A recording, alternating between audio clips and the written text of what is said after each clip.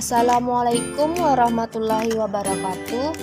Perkenalkan, nama saya Intan Wahidri, NIM 211015201029, Prodi S1 Kebidanan. Saya akan menjelaskan tentang siklus menstruasi pada wanita. Menstruasi merupakan suatu keadaan keluarnya darah, lendir, dan sel exciter yang menyusun dinding rahim. Apabila seseorang perempuan mengalami menstruasi, maka akan keluarnya darah melalui vaginanya.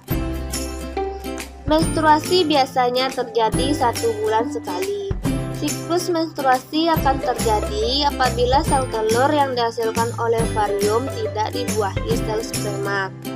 Pada siklus menstruasi terdapat 3 fase, yaitu fase menstruasi, fase provalisasi, dan fase sekrokoli. Fase pertama adalah fase menstruasi. Pada fase ini, hormon FSH atau folikel timokil, hormon memacu berkembangnya folikel dalam ovarium. Hormon FSH adalah hormon yang dihasilkan oleh kelenjar pituitari ovacivicis. Kelenjar tersebut terletak di bagian otak. Pada fase ini, dinding rahim luruh dan seseorang perempuan mengalami menstruasi. Pada awalnya, perkembangan folikel menghasilkan hormon estrogen dan hormon progesteron.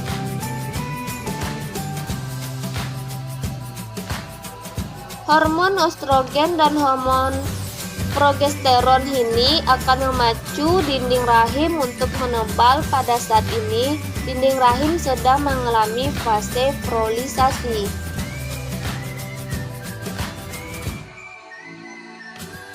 Fungsi lain dari hormon estrogen adalah memicu kembali kelenjar pituitari untuk menghasilkan hormon FSH dan L-luteinizing. Hormon LH terus diproduksi dan meningkatnya cara mendadak. Meningkatnya hormon LH ini akan memacu pengeluaran sel telur dan folikel yang telah matang. Proses ini disebut ovulasi. Fase 3 adalah fase sekretori. Folikel yang telah melepas sel telur akan berubah menjadi korpus luteum. Sel telur yang telah diovulisasikan akan ditangkap oleh Pavlovia dan akan bergerak tuba Pavlovi.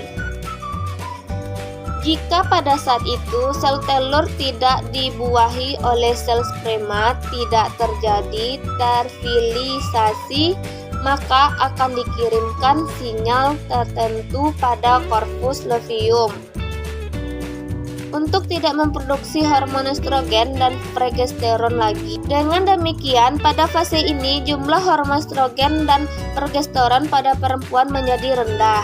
Rendahnya hormon